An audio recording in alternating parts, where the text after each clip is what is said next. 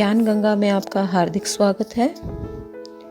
आज हम पढ़ेंगे क्षितिज काव्य खंड का राम लक्ष्मण परशुराम संवाद के प्रश्नोत्तर।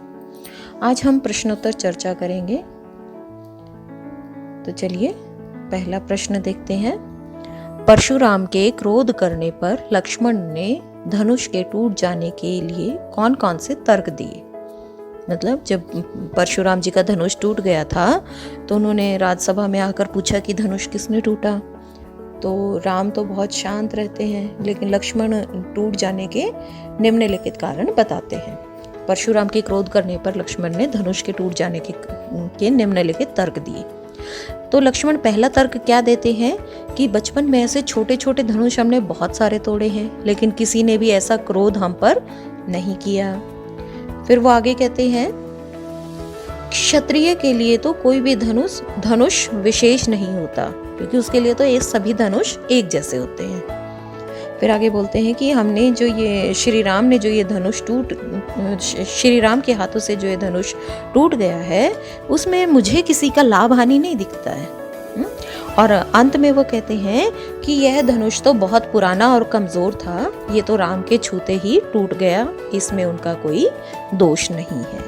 तो यहाँ पर हमने जो चर्चा की कि परशुराम ने गुस्सा किया कि परशुराम जी ने क्रोध किया कि धनुष किसने तोड़ा, और लक्ष्मण जी ने ये उपर्युक्त तर्क दिए थे। तो कौन कौन से, चलिए दोहराते हैं एक बारी। कौन कौन से तर्क दिए? तो एक तो बोलते हैं कि बचपन में बहुत छोटे छोटे धनुष तोड़े हैं। फिर बोलते हैं कि क्षत्रियों के लिए सभी धनुष एक जैसे होते हैं। अगला कारण देते हैं कि धनुष के टूट जाने पर किसी की लाभ हानि नहीं होती। और लास्ट में बोलते हैं कि यह धनुष तो बहुत पुराना और कमजोर था, ये तो राम के छूते ही टूट गया। अब हमारा प्रश्न संख्या 2। परशुराम के क्रोध करने पर राम और लक्ष्मण की जो प्रतिक्रियाएं हुई, उनके आधार पर दोनों के स्वभाव की विशेषताएं अपने शब्दों में लिखिए। मतलब हमें इस प्रश्न में ये बताना है कि राम का व्यवहार किस प्रकार का है और लक्ष्मण का व्यवहार किस प्रकार का है। तो सबसे पहले हम राम के स्वभाव की विशेषताएं बताते हैं। तो राम के स्वभाव की विशेषताएं इस प्रकार हैं। वे विनम्र और मधुभाषी हैं। विनम्र कैसे? कि जब परशुराम क्रोध करते हुए धनुष के टूट जाने का कारण पूछते हैं तो वो बहुत शांत स्वभाव से कहते हैं कि धनुष को तोड़ने वाला आपका ही कोई एक दास है।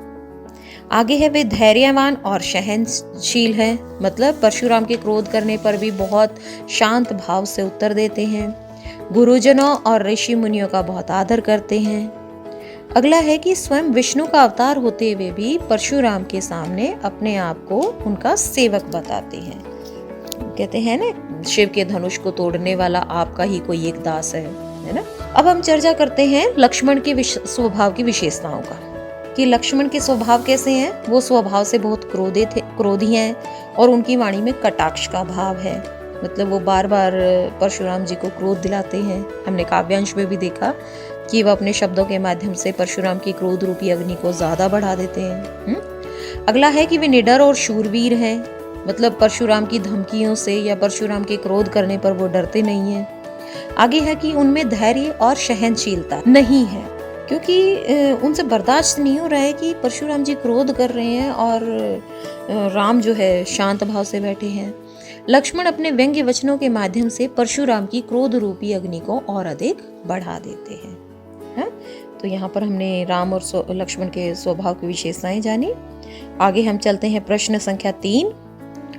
लक्ष्मण और परशुराम के संवाद का जो अंश आपको सबसे अच्छा लगा, उसे अपने शब्दों में संवाद शैली में लिखिए। मतलब यहाँ पे हमें अवधि भाषा का जिक्र नहीं करना है, हमें काव्यांश ज्यों का त्यों नहीं उतारना है, बल्कि विद्यार्थी अपनी इच्छा के अनुसार, अपनी पसंद के अनुसार, कि किसी बच्चे को पहले वाला काव्यांश अच्छा लग सकता है, किसी को दूसरा, तीसरा, इसी प्रकार से आपके पाठ्यक्रम में 6 काव्यांश है। तो आप विद्यार्थियों को जो भी काव्यांश अच्छा लगता है उसकी हमें व्याख्या करनी है। व्याख्या मतलब कि व्याख्या भी कैसे? संवाद शैली में। ये कहेंगे ना कि राम के द्वारा कथन कहे गए ये हैं। जैसे हम नाटक देखते हैं ना, जैसे उसमें संवाद होते हैं कि पात्र नंबर 1 ने ये संवाद बोले, पात्र नंबर 2 ने ये संवाद बोले। तो यहाँ पर क्या आप लोगों को जो भी काव्यांश अच्छा लगता है उसे संवाद शैली में, कि राम, फिर आगे राम के कथन, परशुराम, परशुराम के कथन, लक्ष्मण, लक्ष्मण के कथन। आप इसे अपनी इच्छा अनुसार करेंगे। आगे हमें एक काव्यांश दिया गया है, उसके आधार पर हमें परशुराम के काव्य की विशेषताओं को बताना है। सारा काव्यांश तो पढ़ने में ज़्यादा समय लगेगा, तो इसलिए मैं साथ के साथ आपको उत्तर ही बताती रहूँगी। काव्यांश भी पढ़ती रहूँगी और साथ के साथ आपको उत्तर भी बताती रहूँगी। तो परशुराम जी क्या बोलते हैं? बाल ब्रह्मचारी अति को ही, कि मैं बाल ब्रह्मचारी हूँ और अत्यंत क्रोधी स्वभाव का हूँ। विश्व विदित क्षत्रिय कुल द्रोही, सारा संसार जानता है कि मैं क्षत्रिय कुल का नाश करने वाला हूँ। भुज बल भूमि भूप बिनु कीनी, विपुल बार महिदेव नह दीनी, कि मैंने अपनी भुजाओं के बल पर बहुत बार इस पृथ्वी को राजाओं से विहीन किया है और अनेक बार यह पृथ्वी ब्राह्मणों को दान में दी है। सहस्त्र बाहु भुज छेदनी हारा, परसु बिलोकु महीप कुमार, कि हे राजकुमार मेरे इस फरसे की ओर देखो, मैंने अपने इसी फरसे से सहस्त्र बाहु की भुजाओं को काट डाला है। और अपने फरसे की वो बड़ाई करते हुए कहते हैं कि मेरा फरसा तो इतना भयंकर है कि गर्भ में स्थित बच्चे को भी मार डालता है। तो यहाँ पर परशुराम जी की विशेषताएं कौन कौन सी हैं? बाल ब्रह्मचारी हैं, बहुत अधिक क्रोधित स्वभाव के हैं और क्षत्रियों से बहुत ज़्यादा ईर्ष्या करते हैं, मतलब क्षत्रिय उन्हें बिल्कुल भी पसंद नहीं है और उन क्षत्रियों को मारकर उनकी भूमि जो है वो ब्राह्मणों को दान में दे देते हैं और अपने फरसे पर उन्हें बहुत घमंड है कि फरसे के कारण वो कहते हैं अपने फरसे, मेरे फरसे की ओर देखो, इसी फरसे से मैंने सहस्त्रबाहु को भी मार डाला था और ये तो मेरा फरसा तो इतना भयंकर है कि गर्भ में स्थित बच्चे को भी मार डालता है। मतलब जो सामने होता है वो तो मर ही जाता है, जो दिखाई नहीं दे रहा है उसे भी वो मार डालते हैं। अब हम अगले प्रश्न की ओर आते हैं। प्रश्न संख्या 5, लक्ष्मण ने वीर योद्धा की कौन कौन सी विशेषताएं बताई? लक्ष्मण ने क्या कहा कि वीर योद्धा कैसा होता है? उनके अनुसार लक्ष्मण कहते हैं कि शूरवीर वे होते हैं जो युद्ध भूमि में अपने कार्यों को करके दिखाते हैं और जो अपने सामने शत्रु को पाते हैं और अपने बारे में बड़ी बड़ी डींगे हाँकते हैं, अपनी वीरता का बखान करते हैं। ऐसे लोग कैसे होते हैं? ऐसे लोग कायर होते हैं। वीर योद्धा अपने पराक्रम के बल से अपनी वीरता का परिचय देता है, ना कि अपने बारे में बताता है। अब हम चलते हैं प्रश्न संख्या 6, साहस और शक्ति के साथ विनम्रता हो तो बेहतर है, इस कथन पर अपने विचार लिखिए। मतलब यहाँ पर पाठ के संदर्भ में कहा गया है कि साहस और शक्ति के साथ साथ मनुष्य का स्वभाव भी विनम्र होना चाहिए। जैसे राम का स्वभाव कैसा है? विनम्र है। लेकिन लक्ष्मण क्या है? क्रोधी स्वभाव के हैं। राम के वचनों को सुनकर तो परशुराम शांत हो जाते हैं, लेकिन लक्ष्मण के वचनों को सुनकर परशुराम को और ज्यादा क्रोध आता है। तो यहाँ पर हम इसी चीज की चर्चा करते हैं कि साहस और शक्ति के साथ विनम्रता हो तो बेहतर है। साहस और शक्ति ऐसे गुण हैं जिससे हम सफलता की सीढ़ियां चढ़ते जाते हैं। लेकिन इन गुणों के साथ साथ हमें एक गुण और कौन सा होना चाहिए? विनम्रता का। अगर किसी व्यक्ति में विनम्रता होगी तो वो घमंडी नहीं होगा और समाज के लिए एक आदर्श बन जाता है। जैसे राम की भूमिका है ना, एक आदर्श पिता है, एक आदर्श पुत्र है, एक आदर्श भाई है, तो वो समाज के लिए आदर्श बन जाते हैं और उन्हें हर जगह सम्मान मिलता है। इसके विपरीत साहसी और शक्तिशाली व्यक्ति में यदि घमंड आ जाए तो वो सफलता उसके हाथों से छिन जाती है, मतलब सफलता उसे प्राप्त नहीं होती।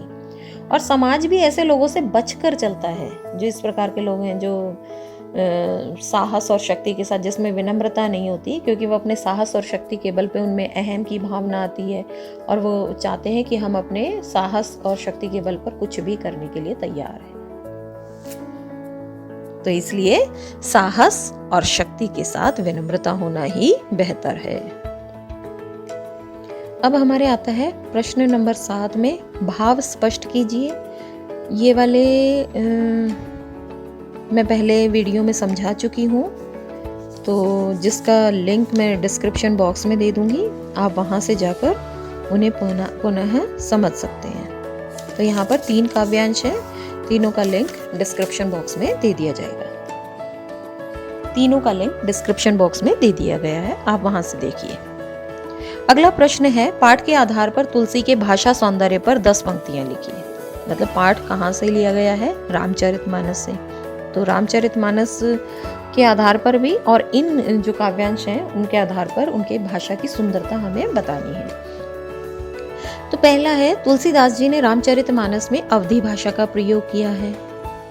अगला हम कह सकते हैं कि अवधी भाषा का तो प्रयोग किया है, अवधी में भी तत्सम शब्दों का बहुत उचित प्रयोग किया गया है। तो ये जो 6 काव्यांश हमारे दिए गए हैं, इनमें चौपाई और दोहे छंद का प्रयोग किया गया है। व्यंग्यात्मकता का अद्भुत समावेश है, मतलब अपने लक्ष्मण जो है अपने व्यंग्य वचनों के माध्यम से परशुराम को बहुत कुछ सुनाते हैं। आगे है हमारा अनुप्रास, पुनरुक्ति प्रकाश, उत्प्रेक्षा, श्लेष आदि अलंकारों का से भाषा में रोचकता का समावेश हो गया है। गेयता का गुण विद्यमान है, अर्थात इन दोहा चौपाई शैली में छंद में लिखी गई कविताओं को गाया जा सकता है। संवाद शैली हमने बताया ना कि जैसे राम के हैं, लक्ष्मण के हैं, परशुराम के संवाद है, जैसा कि हमने शीर्षक भी देखा है कि राम लक्ष्मण परशुराम संवाद, तो संवाद शैली है। मुहावरे और लोकोक्तियों का सटीक व सरस प्रयोग है। व्यंजना शब्द शक्ति की सरस अभिव्यक्ति है। तो वीर, रौद्र, अद्भुत व शांत रस की उचित अभिव्यक्ति है। मतलब परशुराम और लक्ष्मण के संवादों में हम वीर, रौद्र और अद्भुत रस को देख सकते हैं और राम के संवादों में शांत रस की अभिव्यक्ति हम देख सकते हैं। हमारा प्रश्न संख्या 10 है। हमें निम्न पंक्तियां दी हुई हैं, उनमें अलंकार पहचान कर लिखना है। पहली पंक्ति है, बालकू बोली बंधो नहीं तोई। तो यहाँ पर देखिए कि बार बार हमें ब वर्ण की आवृत्ति नजर आ रही है, मतलब ब वर्ण बार बार प्रयोग होता है। और जहां पर एक ही वर्ण बार बार प्रयोग होता है तो कौन सा अलंकार होता है? अनुप्रास अलंकार। कि जहां पर वर्ण की आवृत्ति हो वो अनुप्रास अलंकार है। तो इसका उत्तर हुआ अनुप्रास अलंकार। ख भाग है, कोटि कुलिस सम बचनु तुम्हारा। कोटि कुलिस मतलब करोड़ों वज्रों के समान तुम्हारे वचन है। तो सम आ गया है, तो यहाँ पर वाचक शब्द का प्रयोग किया गया है। तो वाचक शब्द सम जहां पर आता है, जहां पर भी तुलना की जाती है वहां पर उपमा अलंकार होता है। कोटि कुलिस कहते हैं कि तुम्हारे तो वचन ही करोड़ों वज्रों के समान है। परशुराम के वचन किसके जैसे बताए हैं? करोड़ों वज्रों के जैसे। तो यहाँ पर है उपमा अलंकार। उपमा अलंकार कहाँ होता है? जहां उपमेय की उपमान से तुलना की जाती है। तो यहाँ पर परशुराम के वचनों की तुलना वज्र से की गई है, तो उपमा अलंकार है। तुम्हें तो कालू हाँक जनु, अगला है हमारा, तुम्हें तो कालू हाँक जनु लावा, बार बार मोहि लाग बुलावा। तो इसकी गय भाग की पहले वाली पंक्ति में देखिए, तुम्हें तो कालू हाँक जनु लावा, कि तुम तो, ये लक्ष्मण के कथन है, कहते हैं कि तुम तो बार बार में मेरे लिए मृत्यु को बार बार में बुला रहे हो, है जनु लावा। कैसा लगता है? मानो मेरे लिए मृत्यु, कालू मतलब काल को बुला रहे हो। तो जहां कहीं भी मानो, जानो, जनहू आदि शब्दों का प्रयोग किया जाता है वहां पर उत्प्रेक्षा अलंकार होता है। और आगे है, बार बार मोहि लाग बुलावा। बार बार में कौन सा अलंकार हुआ? पुनरुक्ति प्रकाश अलंकार। कि जहां पर बिना अर्थ बदले ही शब्द की आवृत्ति हो, मतलब शब्द एक जैसा है, अर्थ भी एक जैसा है, लेकिन उसे दोबारा बोला गया है, तो वहां पर पुनरुक्ति प्रकाश अलंकार। लखन उत्तर आहुति सरिस, भृगुवश कोपु कृशानु, बढ़त देखी जल सम वचन बोले रघुकुल बानु। लखन के उत्तर आहुति के सरिस योजक शब्द आ गया, वाचक शब्द आ गया है। सरिस मतलब समान। कि परशुराम की क्रोध रूपी अग्नि के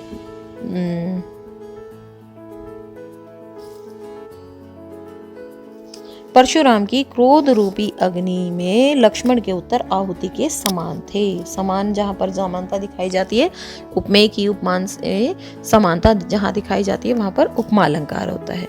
बढ़त देखी जल सम वचन, की पानी के समान वचनों में, तो ये दोनों पंक्तियों में ही उपमा अलंकार है। तो यहाँ पर हमने प्रश्नोत्तर दोहरा लिए हैं। यहीं पर हमारा प्रश्न अभ्यास समाप्त होता है।